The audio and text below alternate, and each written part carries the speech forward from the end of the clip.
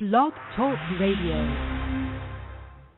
The funeral is about to begin, sir. The calling hours.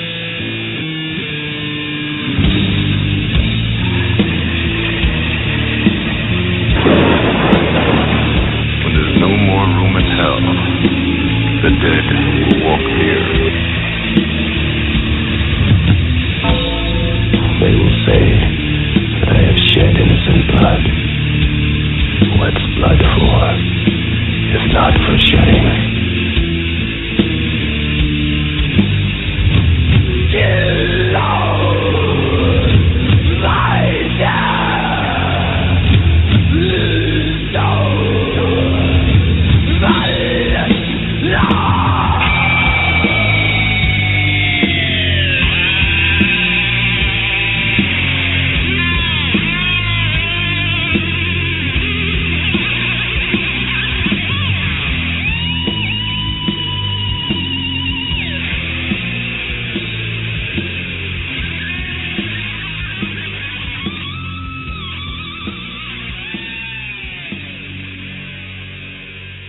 Welcome to another episode of The Calling Hours on Horror Society Radio.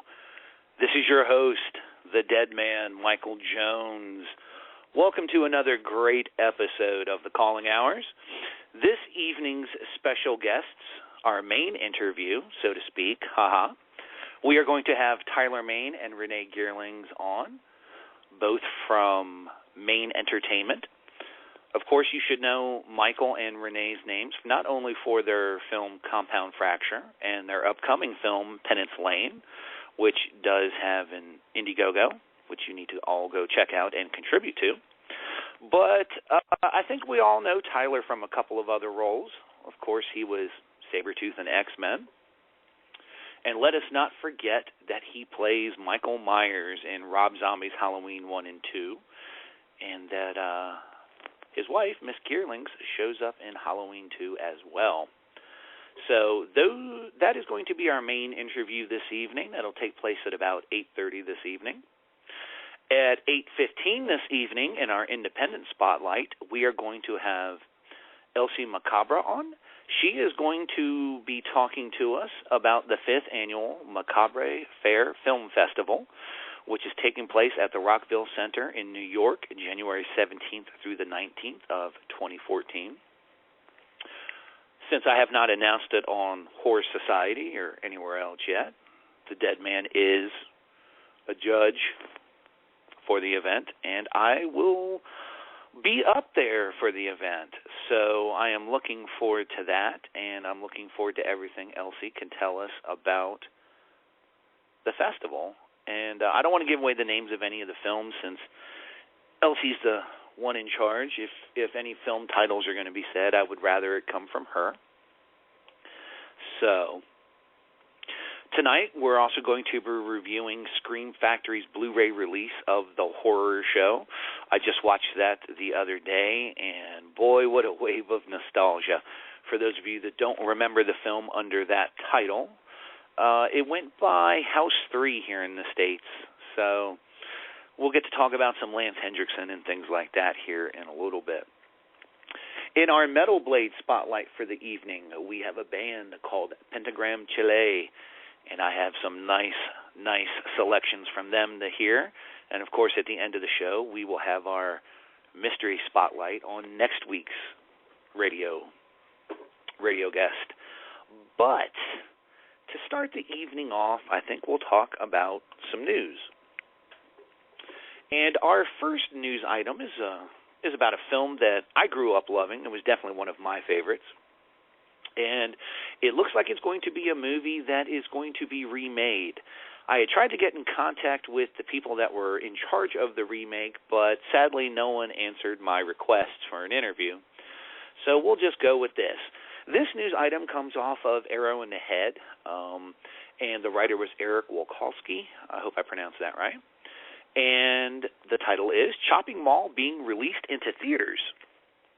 And to quote the article, this is rather unexpected news to say the least. Jim Wynorski's 1986 schlock classic shopping mall, a.k.a. Killbots, is being re-released in the theaters with a brand new digitally remastered print. According to a press release, Jim Wynorski and producer Bill Deaver decided that with the transition to digital delivery now employed by 90% of movie theaters, it was time to reintroduce Chopping Mall to North American theaters. Quote, I was always amazed that every recent showing of Chopping Mall always turned into an event, says Wynorski. People really love the movie, and for me, the guy who directed the film, that's just great. With the kind support of Roger and Julie Corman, Wynorski and Deaver obtained the original film elements and, under the careful eye of Wynorski, brought the film back to its original glory. Quote, this is a dream come true. To play a small part in the restoration of a piece of classic American cinema is just amazing, tells Bill Deaver. Not only is Chopping Mall pure movie fun, it's also in many ways an important film. The film is currently sorting out exactly which theaters it will arrive in. Let's hope there's a demand for Chopping Mall sweeping the country. So we'll keep you posted. I mean, I think this is absolutely fabulous news. Again, like I said, this was definitely one of my more favorite movies as a child growing up. I like the idea, in the 80s, thinking about robots being mall security and things like that and the things that could potentially go wrong with it.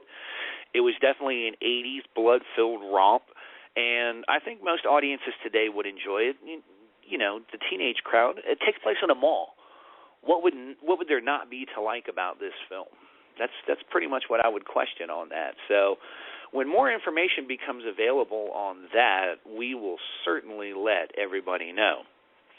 Now, our next news item, and I'm sure this could go 50-50 with my audience. You either love them or hate them. But the next news bit pertains to this man. Rock. Shane McMahon turned down a challenge from his father, Vince McMahon, for a match here tonight in Houston. So obviously, right? Michael Cole, shut your mouth. The Rock says this. You think The Rock actually cares about this ongoing soap opera with the McMahon family? First, you have Shane, turns on Vince. Shane turns on Linda. Stephanie turns on Vince. Stephanie slaps Linda. Stephanie's dog takes a crap in Shane's living room carpet. Oh, and here's a twist. Shane can't get an erection for 8 months. Well, The Rock says this. The Rock could care less about this ongoing family saga. The Rock says he wipes a monkey's ass with the McMahon family saga. Wow. He is irate. What do you say about Shane and Viagra? And The Rock... Uh-oh. What a chance. The People's Champion. He may be Big Show, Triple H, Shane McMahon. You think just because you chokeslam The Rock right in the middle of the People's Ring that the show is over, that there's nothing left? Well, The Rock says this, is that because he's a People's Champion, tonight The Rock is not done. Uh-oh. Not done tonight. I didn't think so, King. Now tonight, The Rock says, whether it be Triple H, whether it be Big Show, whether it be Shane McMahon, Stephanie McMahon, Eddie McMahon, any way you want it, any way you want to bring it to the great one, The Rock says, tonight in H-Town, you'll have no choice, no option, but to smell what The Rock is cooking. The Rock has laid down the challenge. Who's going to step up? That's right. A gift from Satan. The Rock is attached to SEAL Team 666. And this report came off of The Hollywood Reporter. Dwayne Johnson will also executive produce the feature along with Danny Garcia, as well as Brendan Deenan and Peter Joseph of Macmillan Films. Based on the book by Weston Osh, this project follows an elite group of Navy SEALs who battle demons and assorted threats and discover that there's a greater supernatural force bent on destroying the world. Evan Spilatopoulos, who penned MGM's upcoming Johnson-starred action adventure movie Hercules, wrote the screenplay for this adaptation. Hiram Garcia, a former assistant to Johnson, will produce SEAL Team 666, which is in development and has no director at this stage. Johnson recently wrapped Hercules, directed by Brett Ratner, and the movie is set for a July 25th, 2014 release. The actor, repped by WME and Gang Tire, is now shooting Fast and Furious 7. As a huge fan of The Rock and being a huge wrestling fan, it should come as no surprise to anyone that I'm excited about this. The Rock in a true blood horror movie is what I have been waiting for. Just can't wait till he tells a demon or Satan, he asks him what his name is, and he tells him it doesn't matter what his name is. But it looks like we may have Elsie with us, so let us check. Thank you for calling Horror Society Radio. This is the Deadman speaking. Hello, Deadman. Is this Elsie? It is. And how are you, my dear? I am freezing my Puerto Rican buns off here in New York City, but I'm doing wonderfully today. Well, I got to tell you, it's not too much better down here in North Carolina, so I think we're both suffering from the same weather. Really? They say this is the coldest day of the year, so I don't know. It feels like it goes, holy crap. So if you hear any horns blowing or whatever, it's New York City for you, and if you hear somebody asking me for $1, then you really know that I'm in New York City. I grew up in upstate New York, so trust me, I know how it is up there. Awesome. Well, thank you so much for having me on. Absolutely. I kind of prepped the audience a little bit. I let them know about the festival. Like I said, it's the 5th annual Macabre Fair Film Festival, January 17th through 19th of 2014 at the Rockville Center in New York. I also let them know that you have invited me to be one of the judges and that I will be going up there for the event. Yay! I was really excited. I'm excited too. Now, I didn't want to give away any movie titles of anyone that's done anything like that. So what we're going to do is please tell everyone how the film festival came to be and what we can look forward to the January 17th through 19th event. Well, we started the film festival back in June 2012, and already we're up to our 5th one because of demand. So, folks didn't want to wait. Maybe it's a New York City thing, I don't know, but folks just did not want to wait for one a year. So we decided, okay, then here we go, because I've got nothing better to do with myself, right? I'm going to work for you all, and that's what we've done. I'm a screenplay writer from L.A., and then I moved out to New York, and I took like a good 10-year sabbatical. And then I really did wake up one morning, and as I was cleaning up the house, I just got this itch, and I just had to get back into writing and films or something. So my husband came home, and I told him, guess what? I'm going to write a play, and you're going to be the star of it. Now, this guy never worked, acted as was an actor on a stage or ever in his life. And he says, you got to be kidding me, honey. I can't even act. But I said, don't worry about it. Just follow my lead. We'll be fine. And sure enough, I wrote The Living Dead Mafia. We performed that around, Long Island and the city for a couple of years. And then folks didn't want to wait until the fall season for my stuff. So I said, all right, so you know what? It's time. Let's get into this film festival business that I keep hearing about. And I started meeting a lot of filmmakers. And when you came to see, I was getting a nice amount of submissions, and they were great. And one thing led to the other, and we just kept going with it. And so thank goodness now we're like a little mobile film festival, because we do the film festival not only in New York, but we also do it in Pennsylvania. And here we are with the 5th one. And as a matter of fact, today, including yourself, I got a nice laundry list of filmmakers who are getting their airline tickets to come on out, because the rumor is spreading that the Macabre Fair is all about the filmmakers. Our mission is the filmmakers are the celebrities.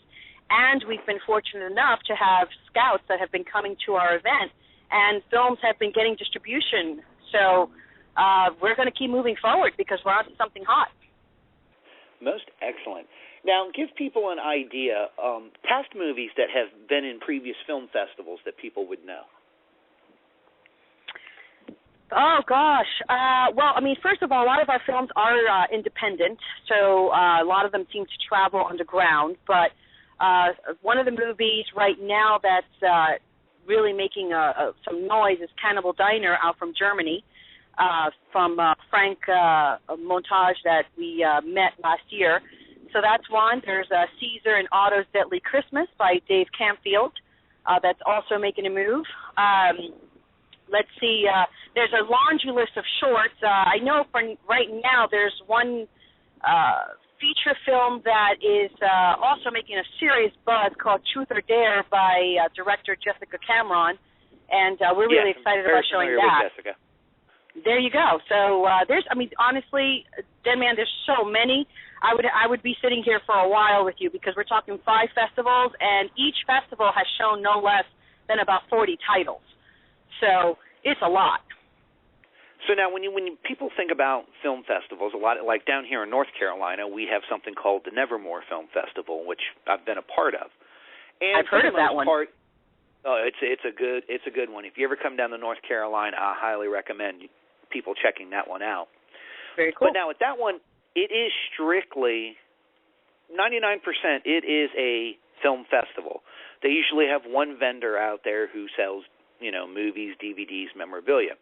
Mm-hmm. With this film festival, kind of give us an idea of what's going on all 3 days. Is it just films? Are there going to be vendors there? What are we looking at in terms of things other than just movie watching?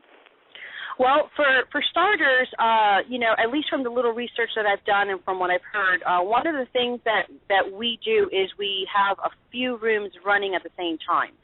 So it's not just one screen going. We usually have anywhere from 3 to 4 screens. One room can hold, a certain amount up to like the smallest room. And for this go-around, this one is different from the others because on Friday we're going to actually start off with a red carpet event. And it's definitely a humble red carpet. We don't have the big, the big Batman lights out in the front and that sort of thing. But we do have, the red carpet and that sort of thing. Everyone's coming dressed to the T. And we're going to be awarding the Macabrite Award. And what that's going to be is from all the previous film festivals, all those that were nominated for Best Feature and Best Short, all those guys are going to go head-to-head, kind of like the Academy Awards does. So, it's time that a lot more of these subgenre titles get treated with some respect and get recognized. And so we don't want to just show your film the one time around and say, thank you very much, we'll see you in, some other time.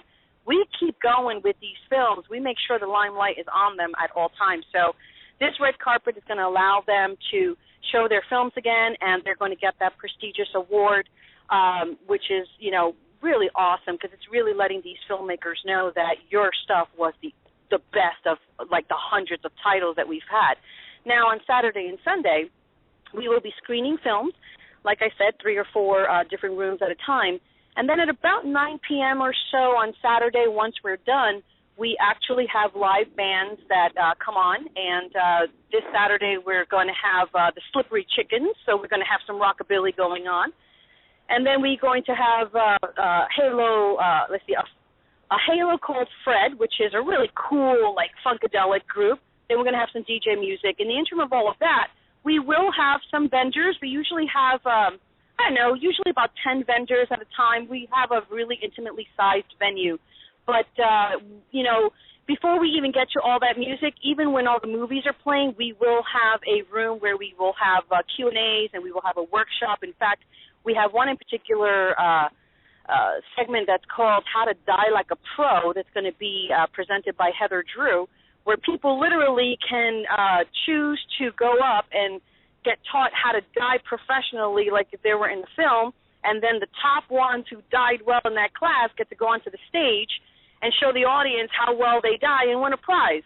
So we like to keep it interactive. We like to keep people busy. There's never a dull moment. And one of the biggest parts of our festival that I keep hearing from everybody is that everybody feels like family.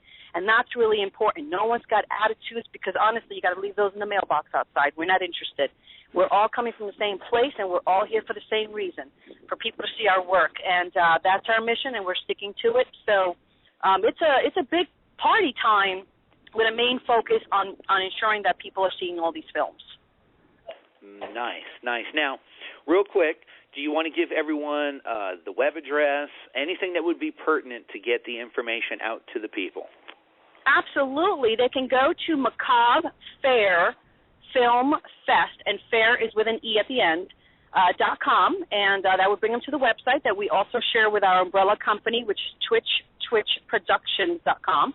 So it'll all, filter into the same place. But you can also, we just started a nice little Facebook page with the same name, Macabre Fair Film Festival.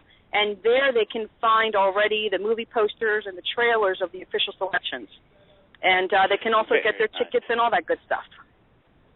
Well, I look forward to coming out there. I appreciate being a judge. Maybe we can work something out since I do special effects. Maybe I can do a makeup demo for you guys while I'm out there. I think that would be fun.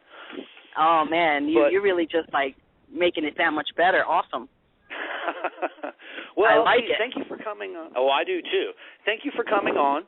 Thank you for promoting the event. Once again, you can definitely check out all of the info on Twitch Productions page, which is www.livingdeadmafia.com. You can certainly find them on Facebook. And you can definitely keep an eye out on Horror Society, because as we get closer to the event, of course, I will be posting about it. And if we get lucky, I can get Mike D., one of my other writers over there at Horror Society, to join me since he lives in Jersey. So, dude, now you know I'm going to hold you to that. Hey, that's up to him now. You know, he's kind of a strange guy, but I'll try to get him out there with me. Hey, and one more thing before I go. Yeah. But before you let me go, you do know why I'm out here in New York City, right? You're promoting a film this evening. Tell everyone about that. That's right. We're premiering our first feature film called The Gilgo Beach Murders. So it's really awesome because for those who live in New York and Long Island, they know that we had a case of a serial killer killing some prostitutes and dropping them over in the Gilgo Beach. And we never found the killer and whatnot. And Joe DiPietro, who's the director and writer, decided he wanted to put a movie together, and so we did, and here we are premiering it right now. Well, I hope it goes well. Go back in, talk to your audience, and, of course, pimp the film festival, because that's what we're going to be doing. Awesome. Elsie, thank you for coming on. We will definitely have you on again as we get closer. We'll definitely have you again on after the festival so that we can talk about it some more. Sounds great. Thank you so much, guys. No problem. Thank you. All right, bye-bye. And once again, that was Elsie Macabre from the Macabre Fair Film Festival that's going to be taking place January 17th through the 19th of 2014 at the Rockville Center in New York. Worst comes to worst, the Dedman from Horror Society will be there. The question is, does Mike D. have the tenacity to join me? Well, here in about 10 minutes, we are going to have our interview with Tyler Main and Renee Geerlings of Main Entertainment. But before that, we are going to go to our Metal Blade Spotlight, and the name of the band is Pentagram Chile. The name of the album is The Malefice, and the song is The Apparition.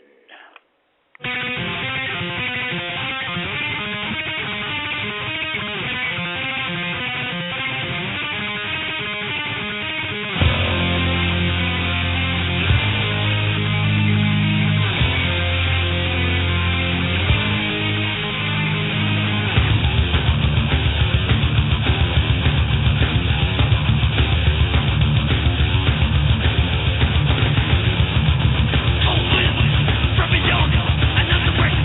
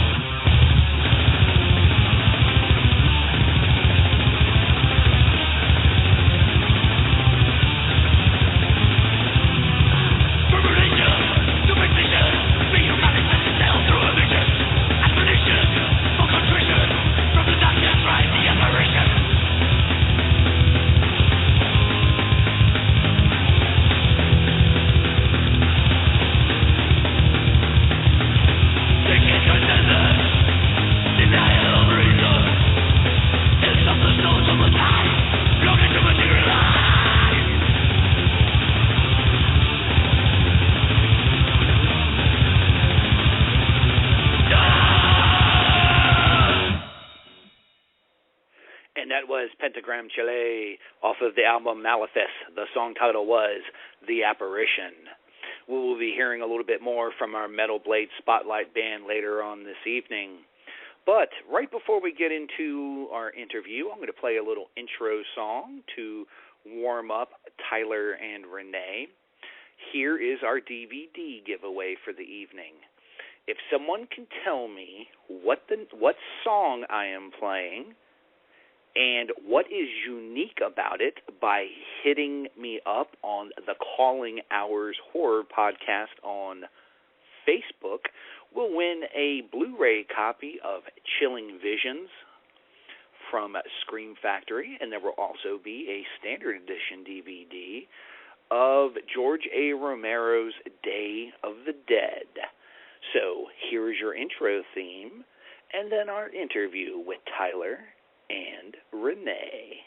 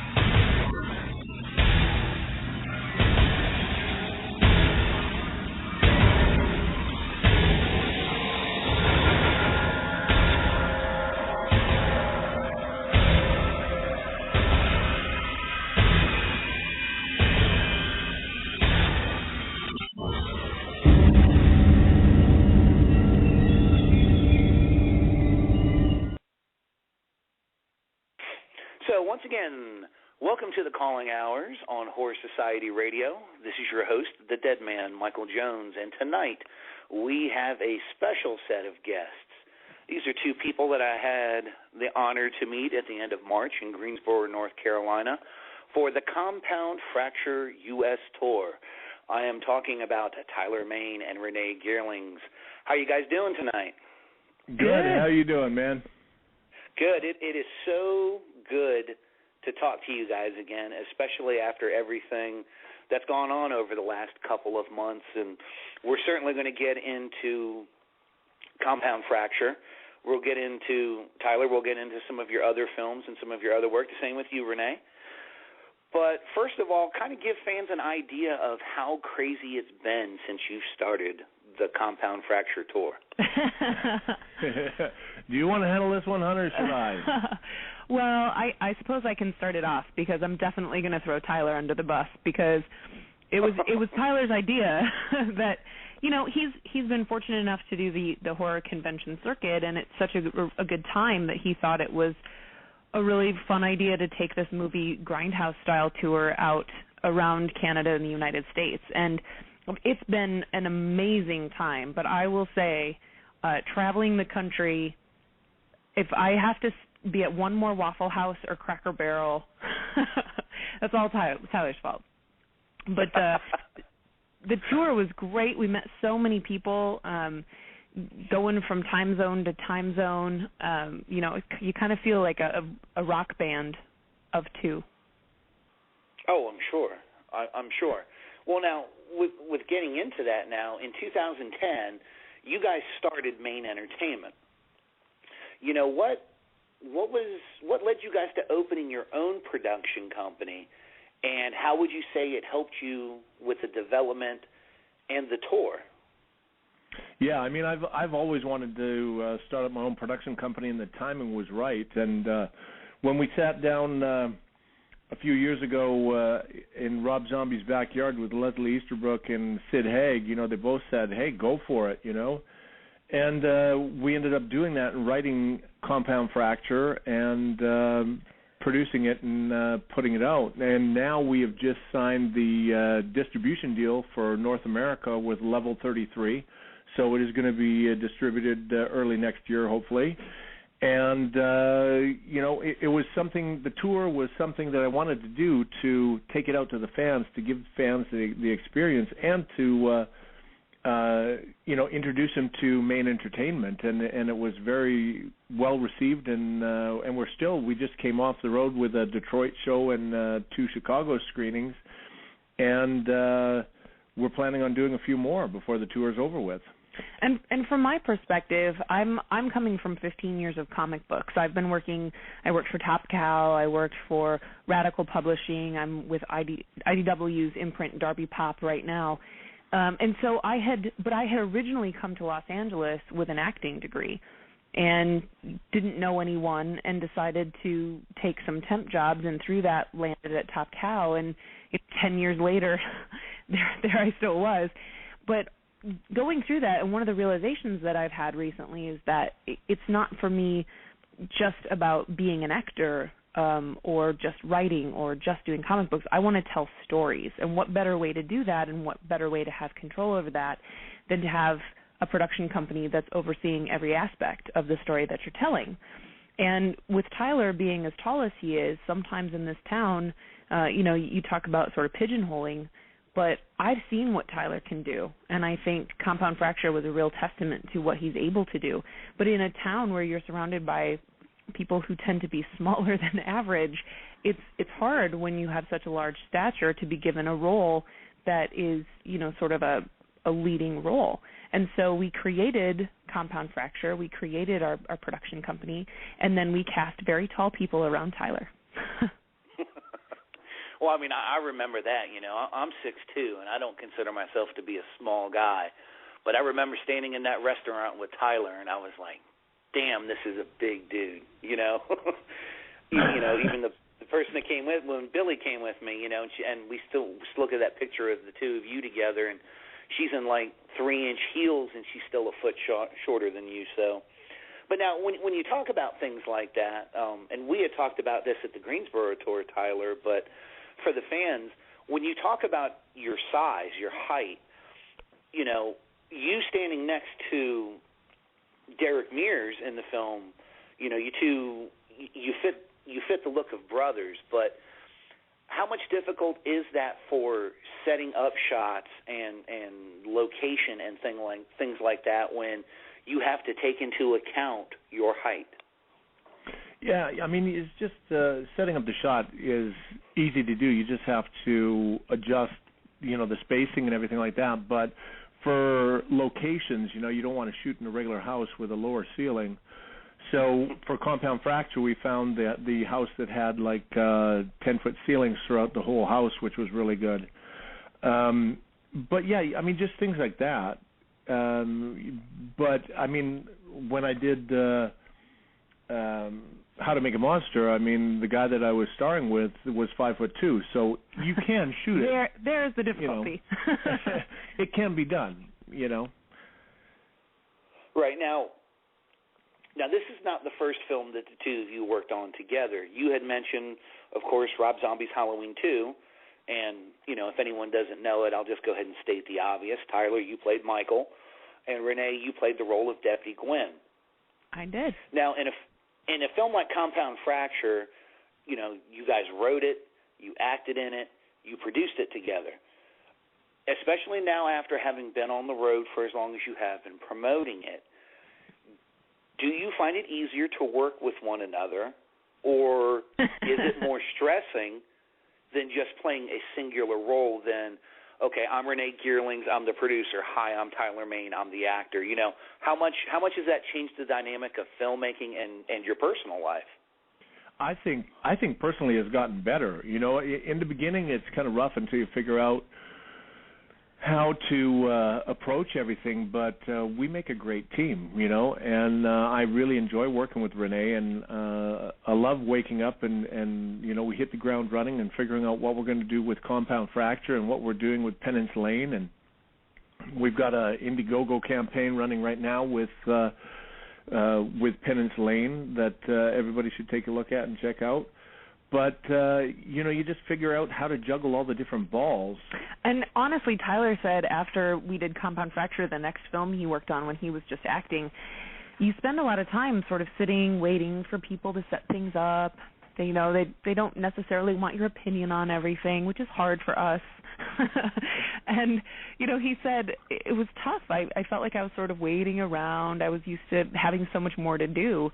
And I think we both thrive in that environment. And so producing our own films makes a lot of sense for us because we really like spinning plates. And we know what each other's, you know, strengths are. And you know, Renee has a great concept. What are my strengths, baby? Well, she has a great, you know, for the storytelling, and I'm more the business side. So we combine and we make a great team in that way. Yeah, and Tyler's very visual, so he's got a really good sense of lighting and how he wants things to look and the look of the ultimate film, whereas I'm more of a verbal. And so kind of on every level, and I'm more organization and he's more finance, so, you know, but he would kind of be receipts everywhere if it wasn't for me. So sort of on every level, we balance each other out. And I don't think before we made movies we even understood what a good yin and yang we were. I think Compound Fracture, you know, and don't get me wrong, there were definitely days, the romantic scene day, where we had to pretend we loved each other. I was so cranky that I don't remember what was happening, but we were having a fight. I was having a fight anyway. And I was so mad at him, and he kept trying to be sweet and put his hands on my face. I would shake my head, and I would say, "Don't, you're pulling my face." And he was like, "I'm being sweet." So, you know, but it was such a great experience. I think ultimately coming through it's so much like having a child. Well, yeah, I can see that, definitely. Well, now coming from that aspect of it, you guys pulled the triple threat in this film. Of course, you acted, you wrote it, and you produced it. How much different was it for you guys having to take care of all three of those things on the production? And in the initial beginning, was there ever any consideration for either one of you to direct the film? Oh, No. As far as directing, no. I you know, I'd love to direct at some point in time, but for right now, I just wanted to leave it in the. But I mean, we were so familiar with the script because I mean, we'd rewritten the script we did 4 page 1 rewrites, so we knew the script inside and out, and we knew the characters, and so. I mean, there were days when we were producing and we would be driving into work and we'd be like, "What are we shooting today?" You know, because we were dealing with the other things. But then once we were handed the sides, we knew because we were so familiar with it. So that kind of coincided and made it kind of easy to deal with that way. And having one of us directed on top of all of the other hats that we were wearing, I think you have to be careful. Like, coming from the world of comic books, you can sometimes run into trouble with an artist who, in that world, wants to, you know, write, pencil, ink. They kind of don't see their own weaknesses, and so having a team project can help balance out other people's weaknesses or things that they might have missed or things they didn't think of. And A.J. Wicker Epstein was originally supposed to DP the film, and he was kind of a young gun, and when he came in, we said, you know, the director that we had originally on board was unable to film it, and we turned to AJ and said, "Would you be willing to direct it?" And he jumped at the chance. So, you know, so that piece fell into place, and then it just kind of ran from there. Now, looking at of course, you brought up AJ, but looking at the rest of your cast as well, I mean, if we just look at who else was involved, I mean, we're talking, you know, you had Muse Watson, of course, who was in I Know What You Did Last Summer. Derek Mears, Jason from Friday the 13th, of course Tyler with Halloween. You also had Leslie Easterbrook from the Police Academy movies. How exactly did you guys go about picking your cast and crew? And when, to an outside genre fan, when you look at it, oh my God, I've got the killer from I Know What You Did Last Summer. You've got Jason. You've got Michael Myers. Was that always your intention to have large names like that, or was it just one of those things where everything fell into place at the right time? Well, I mean, I've always wanted to work with Derek, and believe me, I'm one for stacking the deck. And when we got the triple threat of the three iconic serial killers, I mean, it just made sense, and having all seasoned actors like we did, it was a good thing because it was the director's first shot, and everybody knew. Fast shoot. And it was a fast shoot, and everybody knew how to carry their own balls, so to speak, and make everything play out properly. So it was a very it was actually the funnest set that I've ever been on in my entire career, because I was able to work with friends. Like, I mean, I've worked with Leslie before. Derek and I are friends. I knew I worked with Daniel, and Todd Farmer's a friend, and it was just like family coming together to make a movie, and everything just clicked, and everything fell into place. It was just fantastic. And I wrote the role of William for Derek. He didn't know it, but I was always hoping that Derek would play that role, and so I actually, in one of the last rounds of the script, I gave it to Derek and said, when we were talking to him about playing the role, I said, I'd like your input on this. Muse, Jelly Howie, and Alex Saxon were the only three cast members that we did not know before shooting. Susan Angelo, who plays Chloe, who is Tyler's sister in the movie, she and I had done a play together in Los Angeles, and so I called her and asked her if she would come down. She fit the height requirement, and she was awesome. So Jelly, we met on an audition. Alex Saxon was actually, we Taft Hartley'd him for this film, and now he's going gangbusters. He's got a recurring on The Fosters. He's been on there. He's got another film coming out, Chapman. And Muse was such an interesting occurrence because we had been talking to some other actors, and we got the submissions in, and I saw Muse's picture, and before I even knew who he was, I said to Tyler, oh my gosh, that guy looks like he could be your dad. And then we looked at who it was and saw that it was Muse, and that he was in I Know What You Did Last Summer, and it was just kind of kismet. So it all turned out really well. Now, like we had joked in Greensboro, and I wish I'd got some of this on tape. So here we go. Tyler, you had talked about how you didn't. Well, I was going to talk about, Tyler, you guys had mentioned how good of a friend you are with Derek and with, of course, Todd Farmer. And those of you that don't remember Todd Farmer's name, shame on you, Jason X and My Bloody Valentine and everything else. But you had mentioned it was almost like a brotherhood when you guys got together. Now, with you, Muse, Derek, and Todd on set, was it almost more like playing for you, Tyler? And Renee, on the other end, was it like watching a group of boys playing the whole time that they were together? Yeah, it was just my motto is, if I'm not having fun, I don't want to be there. So, I was going to go through the trenches on my first one with my friends, and Muse fit in real well, and even Alex fit in. We just had fun, and it was like a bunch of kids just playing, and that's what acting is. It's playing. We're pretending to be someone that we're not, and we just all just seemed to have a lot of fun, and we did get into some mischief. And sometimes I can't tell if I'm the Wendy with the Lost Boys or if I'm right in there with them. I'm not sure. But, it was so much fun, and sometimes, we were filming quite a ways out of L.A., and our house was sort of in between L.A. and where we were shooting, so there were some nights where when we had a fast turnaround, that people would just kind of crash on our house, and it was a full house. We'd have couches full and people sleeping in chairs, and They kind of get here and stop for a minute and just, I'm crashing have a out. drink and, stick around. And there's that. Well, yeah, of course there's always that. I mean, you got to have a beer every now and then.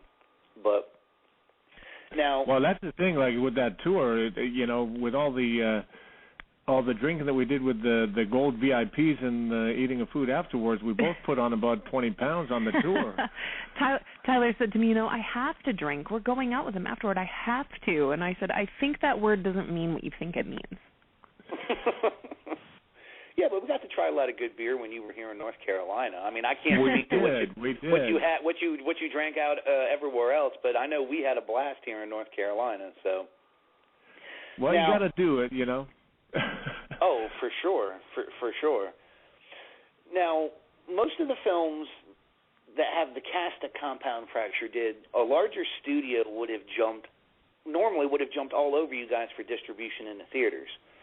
Another film that I draw parallels to in terms of the way that you guys have done and marketed Compound Fracture is Matt Farnsworth's The Orphan Killer. This guy's done very similar to you where he's taken it everywhere. He was on our first show, and one of the amazing stats that he told me was his movie, which has been out for a little over a year, has already had over 1 million illegal downloads. Mm. Have you guys had a problem with that with Compound Fracture? And, can you kind of give people the story of why you guys didn't go with a large studio to put the film out? Well, that's the thing. I mean, I wanted to keep control of it, and I kept Compound Fracture locked down pretty tight, and... it was so tight, we actually had trouble with a DVD player one time. It was so well encrypted. But, but the thing is, we kept it tight, we took it around, and... with the day and age now, people illegally downloading stuff like that. It's something that happens. I think it's people just don't realize how much they're hurting the film industry. It's the same as what was happening with the music industry, because if filmmakers don't make the money back for their investors, we don't get investors, and then we don't make movies. So it's just one of those things. And I think there's, the thought process behind it from the people who are watching pirated stuff is, well, I didn't pirate it. Yeah, neither did the other 999,000 people that watched it. When you're making a film, it sort of changes your perspective on everything when you look at the blood, sweat, and tears you put in, and how, in terms of entertainment, people feel very entitled to having everything for free in this day and age because we're so used to that. But it really makes it difficult for the people, and, a lot of people talk about, the producers, they're like this evil, money-grubbing sort of entity. But, when you look at how much it costs to do advertising and how much it costs to rent theaters and how much it costs to just spread the word and have a team working with you, people are just very desensitized to it, and they just kind of don't care in this day and age. And that's frustrating, but at the same time, when we took it out ourselves and went face-to-face in all of these markets and met with the people and sat around after the movie and did the Q&A and talked to them and answered their questions, one of the biggest comments that I got after it, I had a mother in North Carolina, actually in Charlotte, pull me aside after the movie, and her daughter had really wanted to come, and on the way there, she was sort of shaking her head at her daughter and said, this is a horror actor. He made a horror movie. This is going to be the worst thing ever. And she pulled me aside after the movie, and she said, I thought I was coming in to see some cheesy, campy B movie, and I loved it. And I just wanted to pull you aside and tell you, I am so sorry. I had no idea what I was coming to see. And so I think that's another reason why we wanted to take it out ourselves, is because there's a certain expectation that people have, and we really exceeded it. I think no one has complained yet about the film to me or online. So that's where I was going to go with that. Yeah. And that's where I was going to go with that. Is you guys have done the touring and you've really gotten it out into the hands of the fans. And one of the ways that you guys did that, and I thought it was really nice, in Greensboro, you guys did a bunch of prizes and giveaways. And, these weren't like, oh, here's a picture with Tyler's autograph. I mean, you guys had a selection of stuff that was absolutely amazing, and I know part of that was tied in with your charity work with Scares That Care. Now, you talked about how the fans had supported the film, but when you set up the whole process of going on tour, what made you guys decide to do just the amazing giveaways that you did? And, Renee, how did Scares That Care tie in with all of that? Well, I think we wanted to have sort of a give and take anyway, because the other thing is, when we were going on tour, just looking at the financial, breakdown of four-walling a theater, of renting a theater, and of all of your promotions, if you sell out, and we're only doing one show, so if you have, say, a 150-seat theater, 200-seat theater, and you're charging $8-10 a movie ticket for your film, but you're not taking into account the fact that you're also have airlines or gas or hotels and all of that stuff, you're going to be losing money hand over fist. So what we needed to do was make this night an event, a complete event for people with prizes, and we're there doing Q&As and just an experience that's beyond just going to the movies, so that we could get people out and really get them on board with us. And so bringing in a charity just sort of seems like it's a good way to give back to somebody else and to promote their cause, as and they were promoting our cause, so it was a great cross promotion. It was a great charity. We were able to help raise $10,000 for a young burn victim through that charity, which was kind of cool as well, because Scares That Care works with Kane Hodder. So, it was kind of one more horror connection in that. And through that, we were able to do some good work and to help somebody who really needed it. So, I don't think that it was really much of a stretch. It was just kind of obvious. Now, how did you feel about that, Tyler? I mean, and because you've done so much of, the conventions and things like that, the things that you see from fans, I mean, I was in utter amazement. I mean, I felt embarrassed to ask you to sign a poster after watching all of the autographs and the pictures and just everything that went on. Are you still surprised how much the fans clamor for you? And, out of all the stuff, I saw you sign Michael Myers masks, posters, photos, I mean, just everything. What's been what has been the most surprising thing you've been asked to autograph at one of these events? Yeah, I realized, because I was a professional wrestler for 11 and a half years, and without we'll the fan support, yeah, without the fan support, I don't have a job,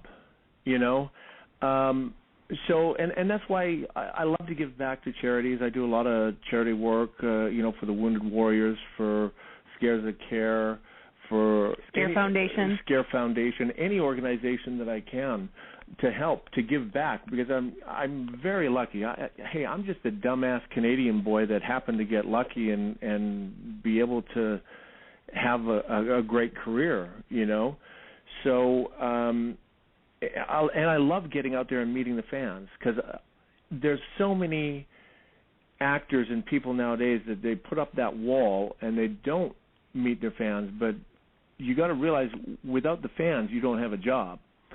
And now going to the next part of the question, what is the craziest thing that I've signed? I mean, people are very fanatical about the Halloween franchise, and I've had guys that have the Halloween tattoo, and they'll come to me and say, "Hey, sign my arm. I'm going to get it tattooed." I go, "You realize that's going to be permanently on your arm?" And you go, "No, I know." And just at the last show we did, I signed that for a guy in 2007 when the first Halloween came out, and he came and showed me that he got it tattooed. So that's pretty crazy. And every once in a while, I get to sign a boob and or a house or a comic book store. Yeah, there's crazy things. But I thought that was pretty cool, actually, when we visited the Michael Myers house in North Carolina, and and he asked Tyler to sign the house. But it's beautiful. It's so beautifully designed and laid out and everything. And I'm thinking, where is he going to sign this house? The inside is gorgeous. And he sort of looked around and he was like, here. And he opens a door in the kitchen and it's the pantry. And Tyler was like, well, I've been asked to sign panties, but never a pantry. But it was pretty cool. Now, now let's talk about, merchandising, which goes hand in hand. Of course, you talked about the DVD distribution for next year. With your experience in comics, Renee, have you guys given any consideration to doing a comic book adaptation of the film? And what other? I mean, have you looked at action figures, T-shirts? I mean, what are you guys looking at to further promote Compound Fracture? Well, here's the thing. At this point, and we're looking at more in terms of Penance Lane, but because Compound Fracture is our first film out of the gate. Really, it's a matter of building a following for the film before you start creating a bunch of merchandise. There has to be a demand. A demand for the merchandise, right. And right now we're just spreading the word that we make movies, and we make movies that don't suck. I agree with that. Penance Lane is actually far more sort of merchandisable. There is a much larger aspect of that film. Well, I think before we even get into talking about merchandising and all of that, what we're busy doing, and another reason for the tour was to build the brand of Main Entertainment. Yeah. And that's what we're in the process of doing right now. So, but hopefully the rest will come down the line. But right now we're just building the brand of Main Entertainment and getting our name out there as being film producers and having quality films for people to view. Well, and in answer to your question about comics. Oh, sorry. In answer to your question about comics, yes, we absolutely have talked and are talking about possibilities for that because that's also a no-brainer. But working in the world of comics, I know that world pretty in and out. So I have some specific ideas about what I would want to do. Well, and also go ahead. And also we have one of Renee's artists has done storyboards for us, and it's part of our campaign for Penance Lane right now. Mm-hmm. Well, see, and the comic book thing, that was the first thing after I met you, Renee, and I had done my research on you. I was like, I can already see a comic book coming out of this. I just could. But you guys had mentioned Penance Lane, so we'll go ahead and hit on Penance Lane for a minute. Now, when I went to the VIP screening thing in Greensboro, one of the prizes that you gave away was a chance to win a walk-on role in Penance Lane and to be killed by you. What can you tell us about Penance Lane that's not spoiler, and what inspired you guys to offer a role in the film to fans? Of course we know this will be Main Entertainment, but is this something you'll be looking to do in the future as well? Well, I mean, for offering up the role, I mean, I wanted to make it interesting. I wanted to give back to the fans, because as a kid growing up, I was a tall, skinny kid with glasses and braces and slightly dyslexic, and I was like, how in the world am I going to get an opportunity and get a chance to be in a movie, to wrestle, to do whatever? And this is kind of another way for me to be able to give back to a fan an opportunity that that I had to fight so hard to get to, and also the same with the Michael Myers Screen 1/1 Halloween jumpsuits that's part of the tour too. I'm very grateful for where I am and what I have in my career, and it's a great way to give back to the fans opportunities. Because growing up in Saskatoon in Canada, it's like, how am I ever going to do this? And to be able to go out and meet these people on the tour and give them an opportunity like that is just fantastic. But the truth is, Tyler and I weren't the ones who thought of that. It was actually, I don't remember who thought of it. Somebody sort of threw out the idea like, well, if you're looking for prizes, to give nice big prizes for the grand prize, we had already decided on doing the jumpsuit. And the question was, what else can we come up with? And somebody said, what about getting killed by Tyler in your next film? And I thought, yeah, is that really going to be a thing? And then boom, that was the one prize everybody wanted. That was it. But of course. Who wouldn't want to be killed by Tyler on a film? I mean, apparently, I'd be all over that.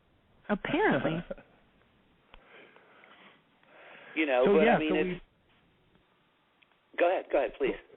Go ahead. No, because we started up an Indiegogo campaign that we're in the process of right now, and we have I think about 30 some more days, right, Renee? Something like that. Yeah. And we wanted to raise awareness for the Penance Lane. So I mean, there are a lot of great prizes. So if people go to Indiegogo /projects / Penance-Lane. And take a look at the campaign. We have a teaser trailer up. We teamed up with B.J. McDonnell, who was the camera operator on the Halloweens and is also the director of Hatchet 3. So we're assembling a really, really great team for the second go-round, too. Mm-hmm. And we're going to be announcing cast members and stuff on the Indiegogo this week. And like Tyler was saying, Leonardo Manco, who is the artist on Hellblazer, and he's working on John Carpenter's Asylum right now. He did some storyboards for us, and he's going to be doing more art. We have VGP Effects doing our special effects.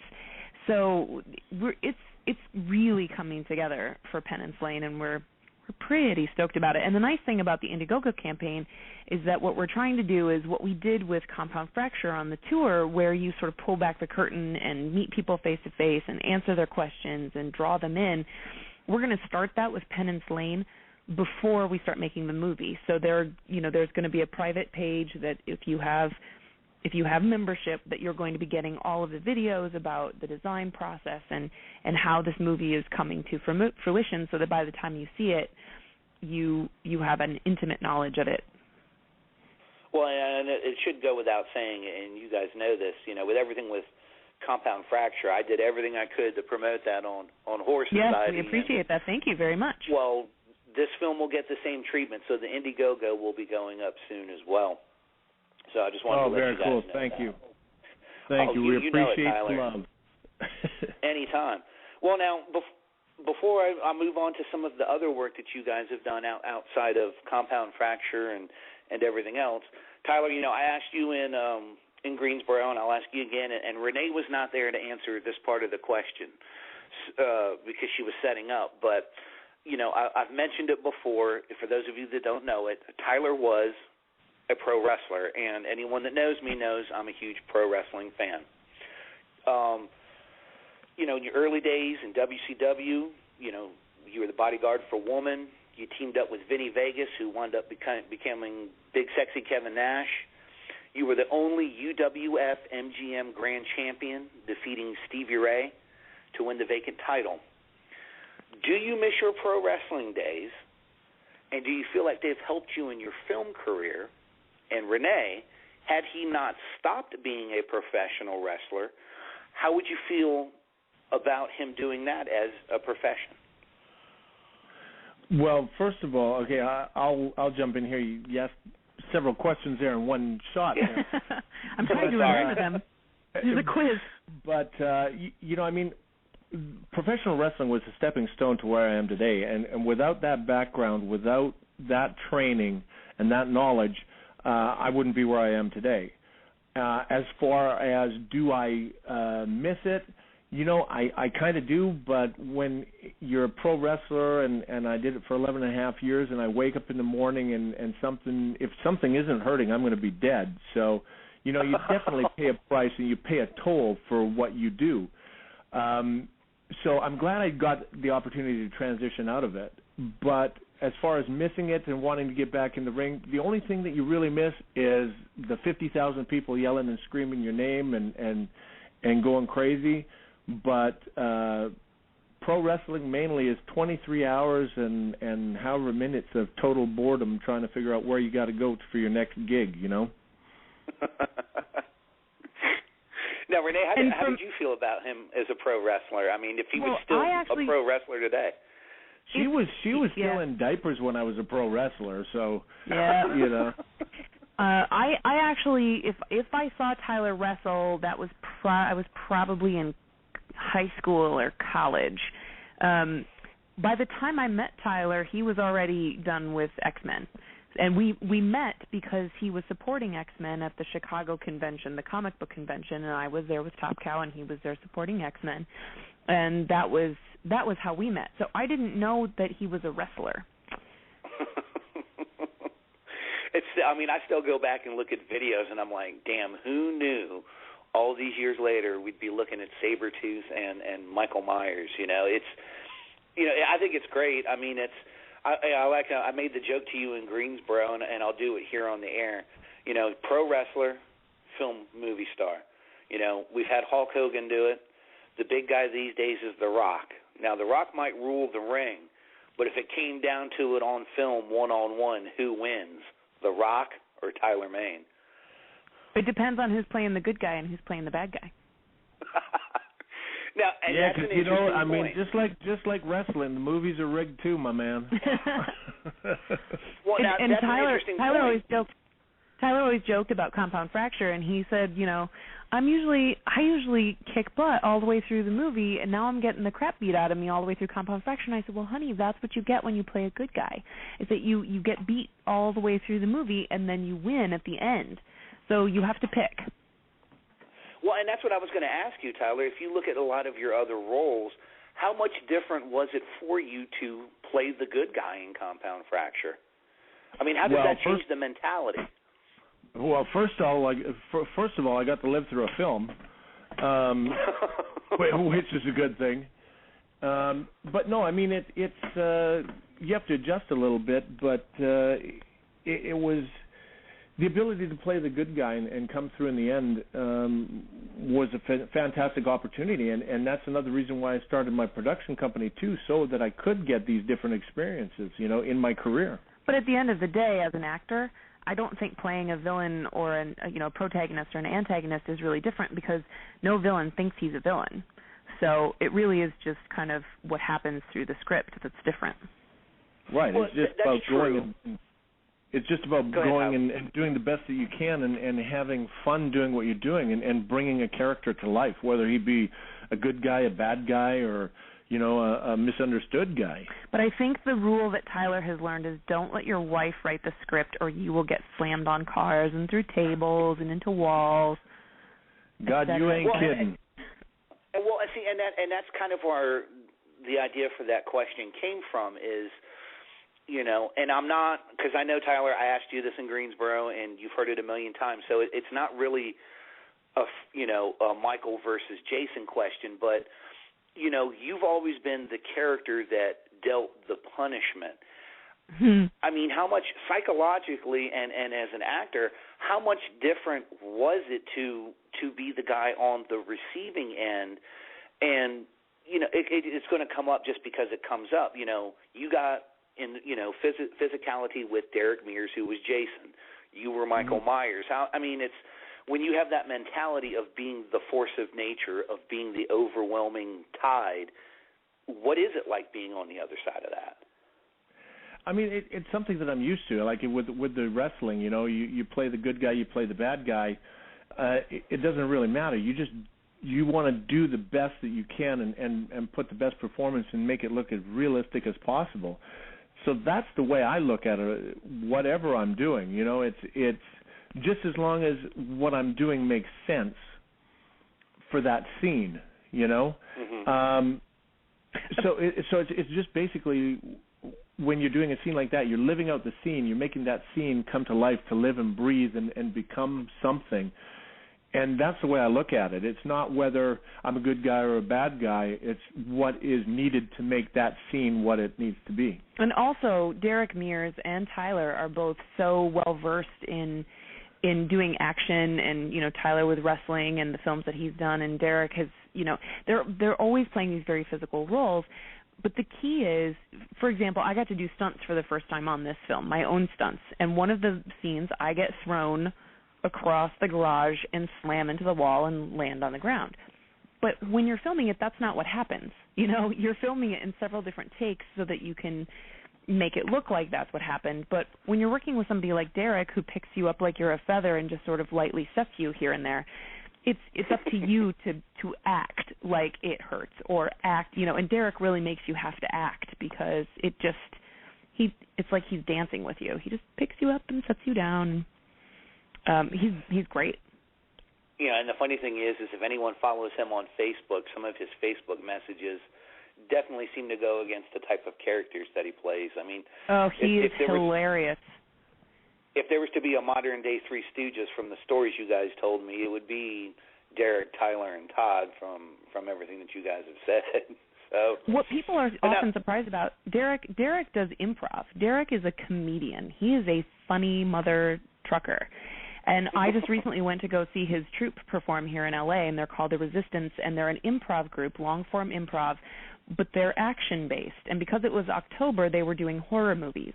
And so the audience got to choose what type of horror movie, and the day I was there, I think it was the apocalyptic film. And they just improv. They just make these characters up. He's hilarious, but he looks really scary, So he's got both sides to him. Well, now, let me ask you guys this, because we have about 15 minutes left. So let me get to the other little questions here. Now, you guys both worked with Rob Zombie, and you've brought his name up.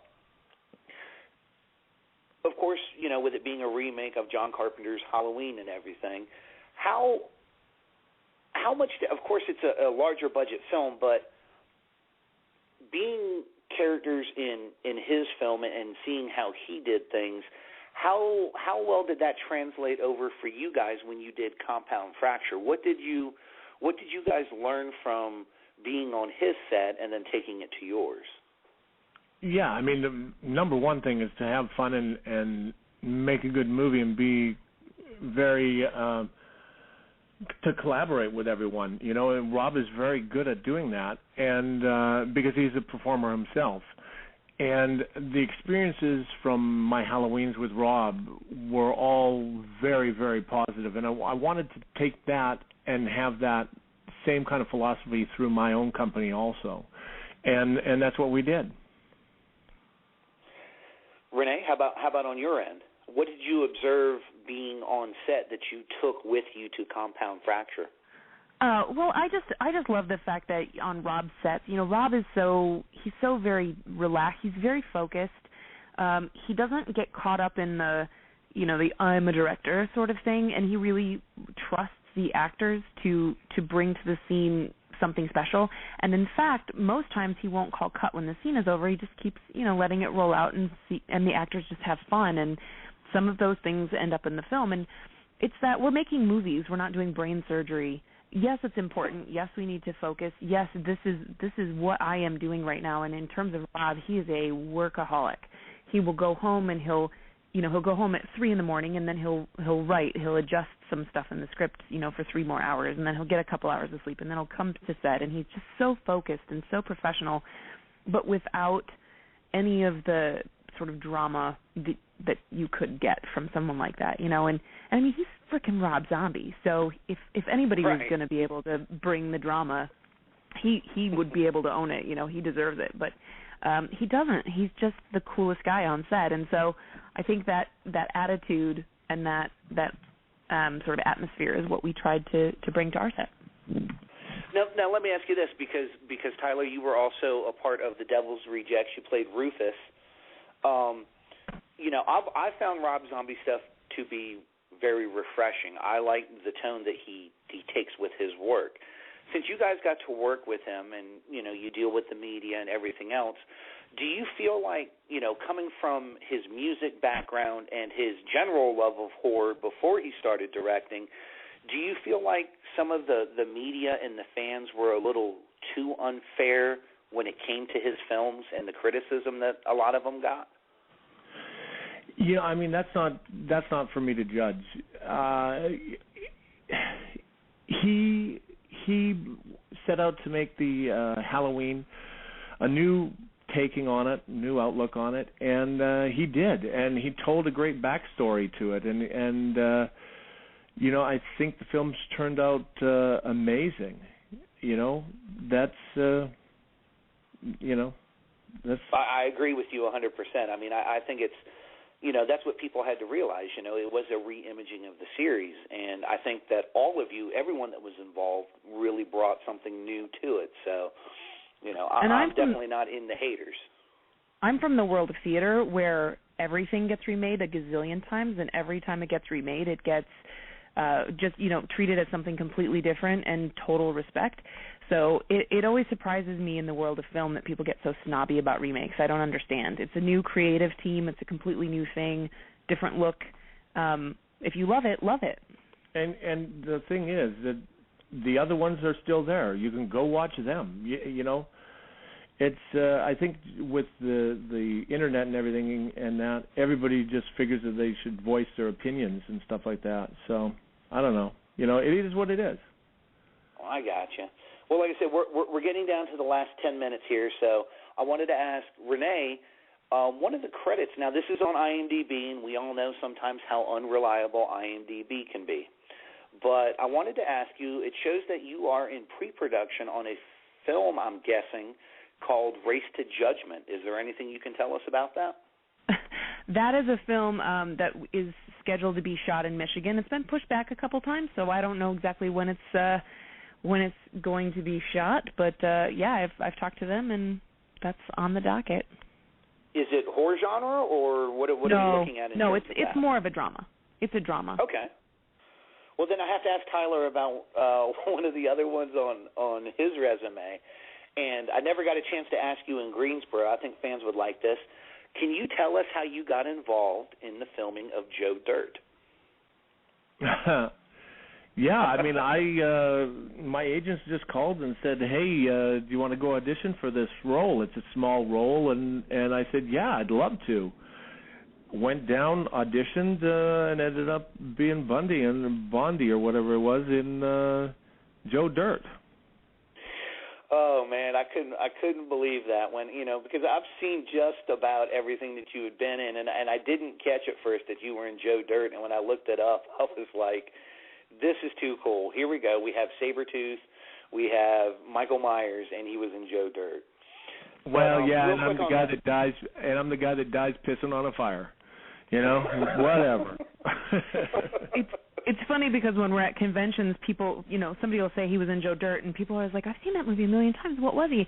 And then when you say he was the oil rig guy with the apple and the fart, and then you can just see people's eyes get really big and look at him, and they always say, oh, my gosh, that was him.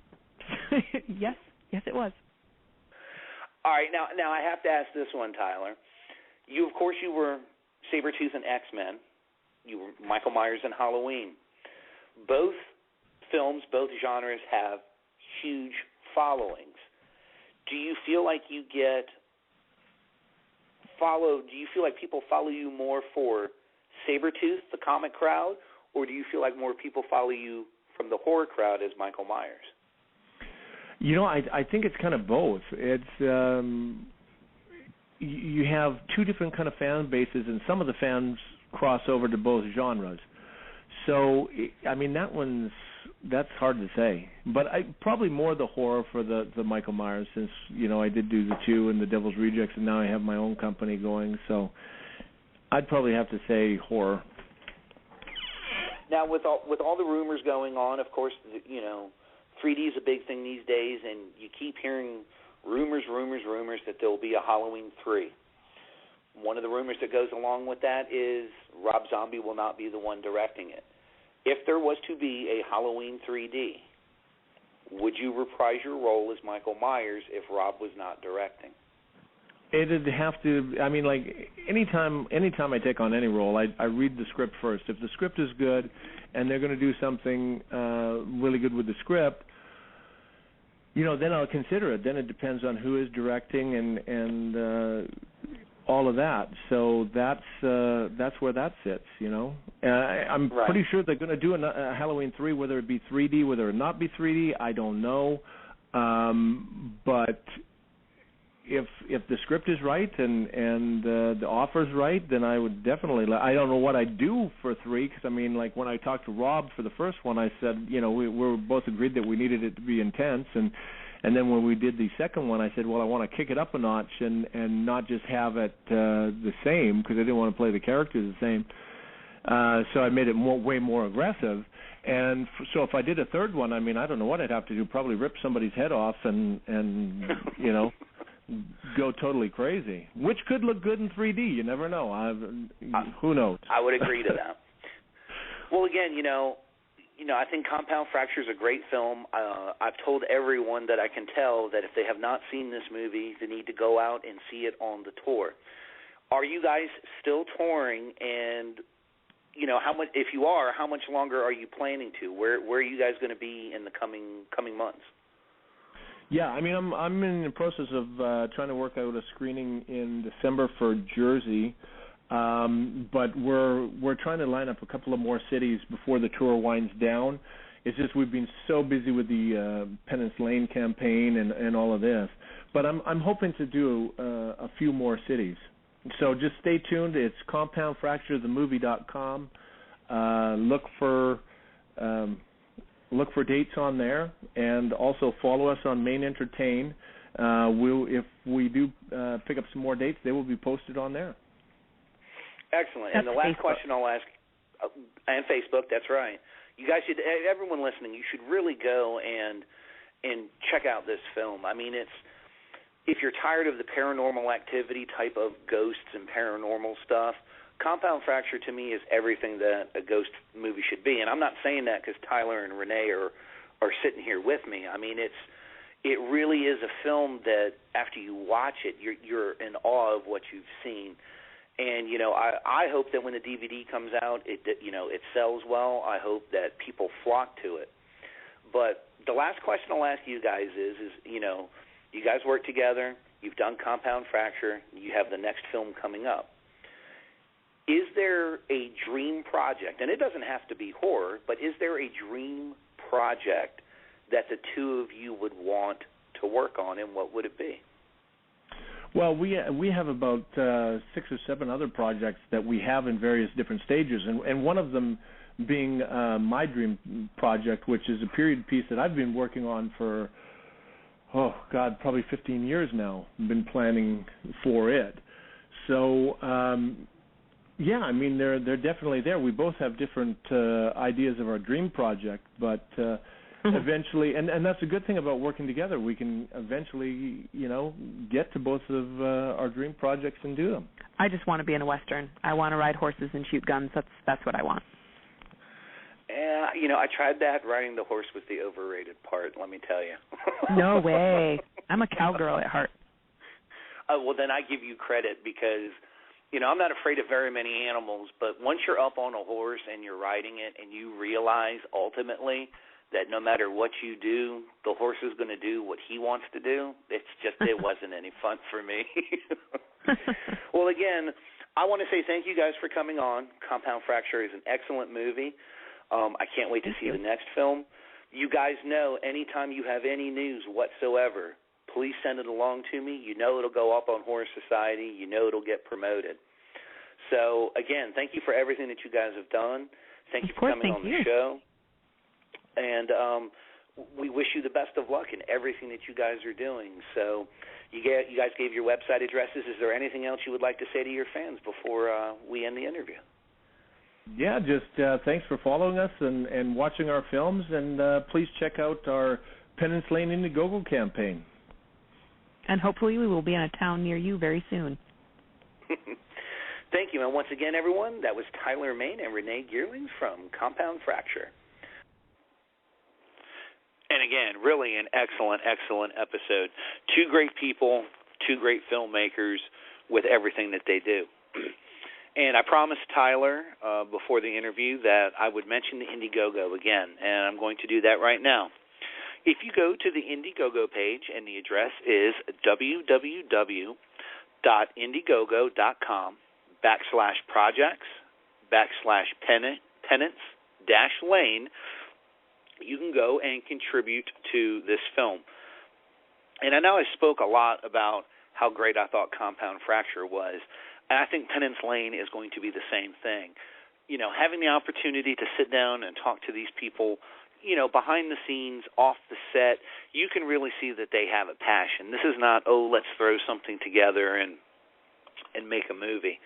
And as Tyler had mentioned, there are many, many great perks for donating.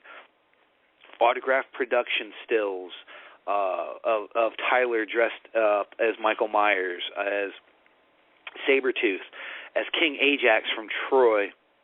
You can get limited edition lithographs, a prop knife autographed by Tyler, the Michael Myers mask, the boots, the jumpsuit. You can even get one where they will fly you out to set, and you can follow around a cast or crew member of your choice for the day.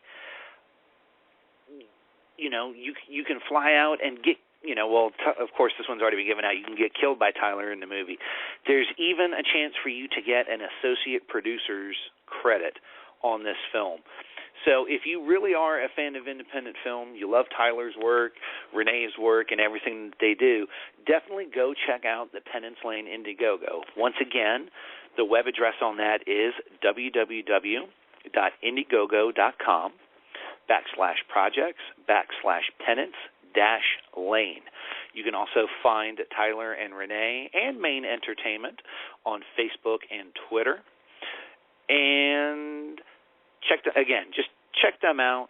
If you're into independent film, these are the kinds of people that you want to back. So thank you again to Tyler and Renee. I appreciate having you on, and I look forward to talking to you guys here very shortly in the future. Moving on, we have our next Metal Blade Spotlight song. Once again, the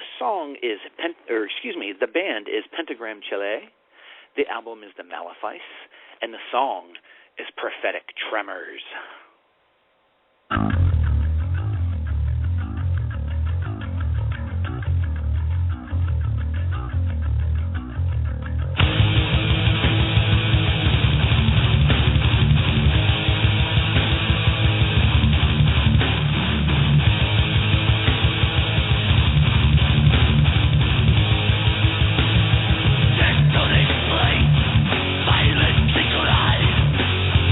Fractured, crushed, hell of an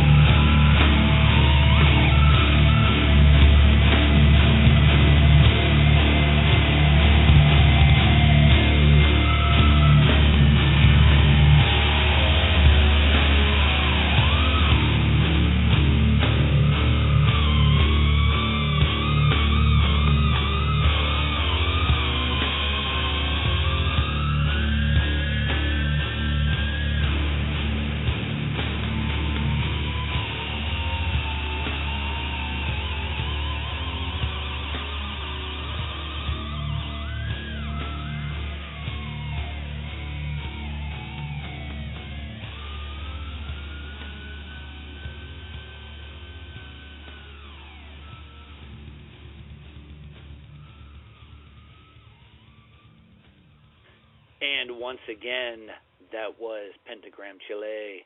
The name of the album was The Malefice. The song was Prophetic Tremors. Good stuff, good stuff. Well, as part of being in the Metal Blade spotlight, I'm going to give you my review of the CD.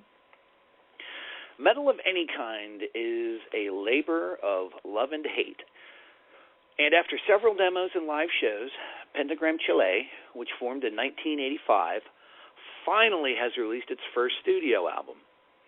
In 2011, the band decided to officially change their name to Pentagram Chile in order to avoid confusion with the much longer-running U.S. doom rock band fronted by Bobby Liebling, but that is where the comparisons end.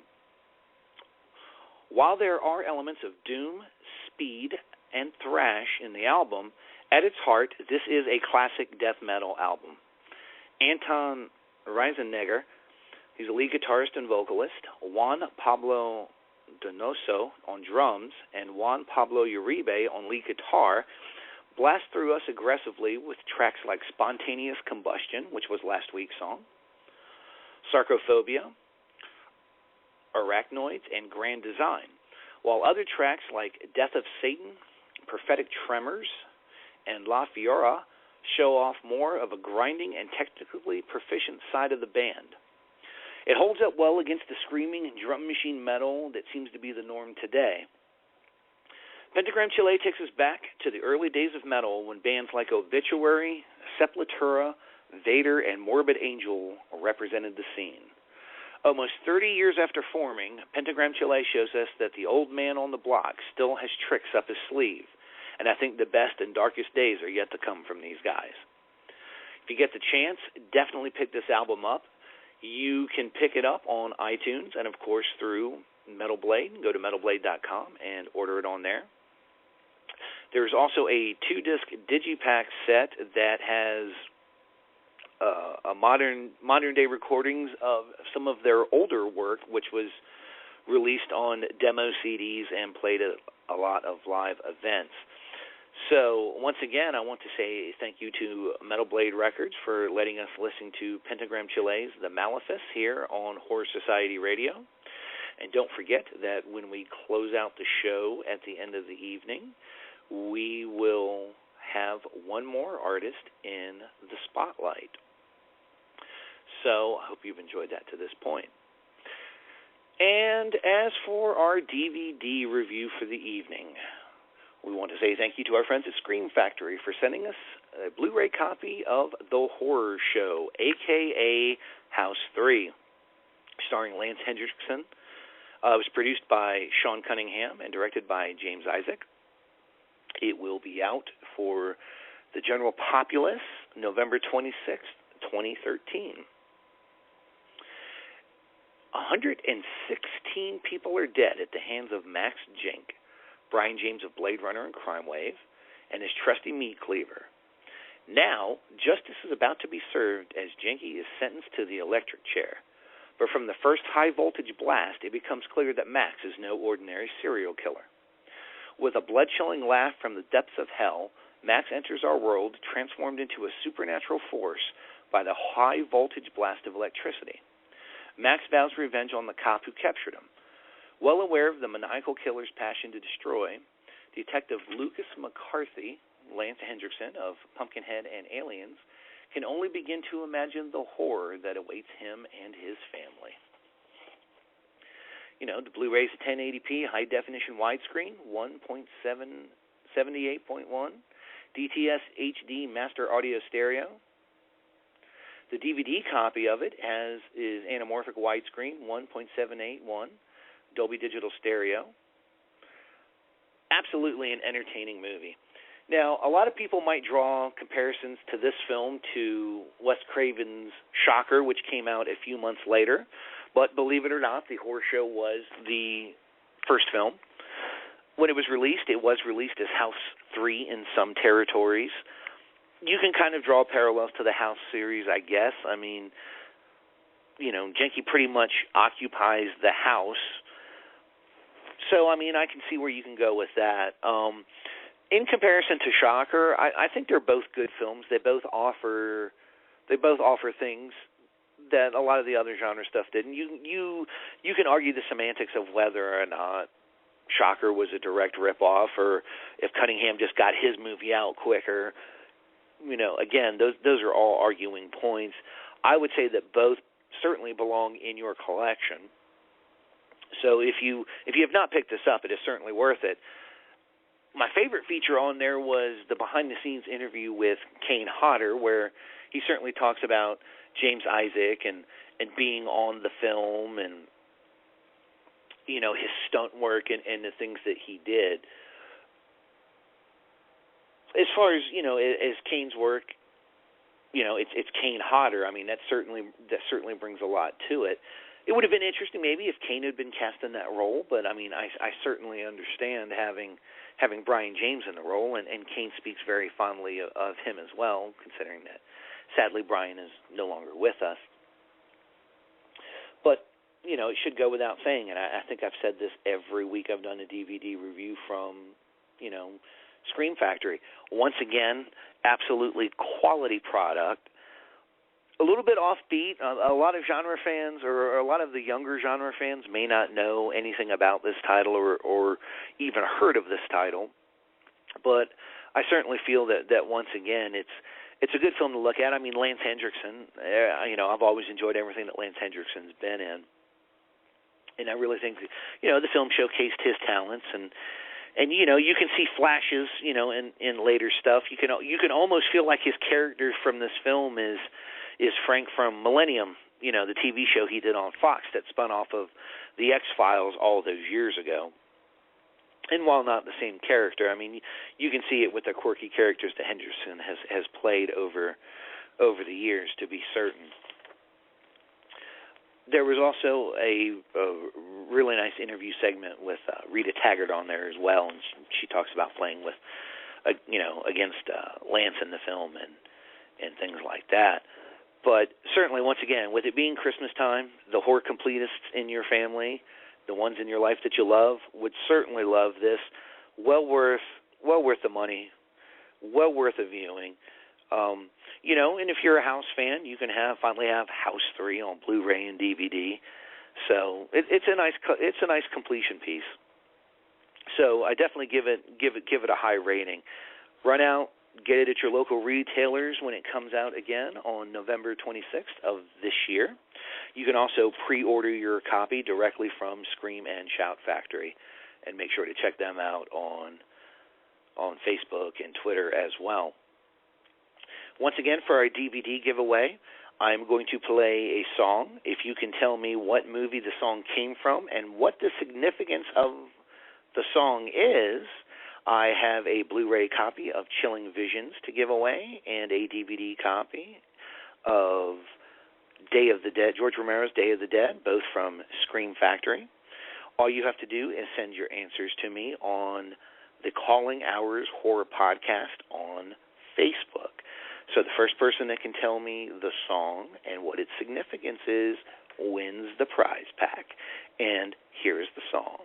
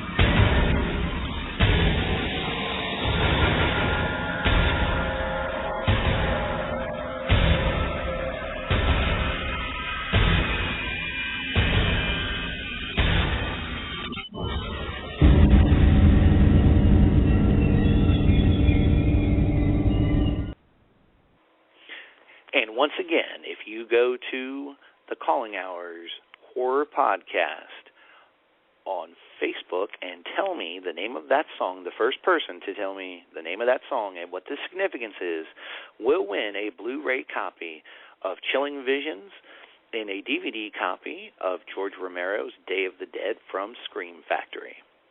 Well, once again, speaking of Scream Factory, we would like to say thank you for sending us a copy of the Blu-ray edition and DVD edition of The Horror Show, a.k.a. House 3. Please look for our review up on HorrorSociety.com. Would also like to say thank you to Elsie Macabre coming on once again to tell us about the Macabre Fair Film Festival coming up in January in New York. More details will be available on that on HorrorSociety.com. You can also check them out on Facebook. Thank you again to Tyler Main and Renee Geerlings of Main Entertainment for coming on and talking to us about Compound Fracture and their upcoming film, Penance Lane. Make sure to check out the Indiegogo for that. And we want to say thank you also to our friends over at Metal Blade Records for allowing us to play a few tracks of Pentagram Chile's The Malefice. And to close the show out, we will have our next spotlight band. Next week, we are going to hear a little bit more from a band called Demonical. So, to close the show out this evening, off of their album Darkness Unbound, we are going to hear the song Death Crown. And until next week, ladies and gentlemen, rest